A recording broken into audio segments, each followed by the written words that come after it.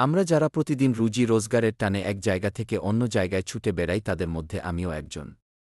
আর কখনো কর্মক্ষেত্রে যাত্রাপথকে সহজ সুযোগ্য করবার জন্য নদীপথকে বেছে নিতে হয়। আজও আমি সেই নদীপথকেই বেছে নিলাম।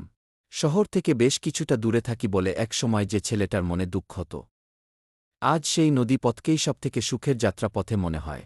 আর সেই নদীপথের যন্ত্রচালিত নৌকায় ভেসে বেরিয়ে মন যেন আপ্লুত হয়ে ওঠে।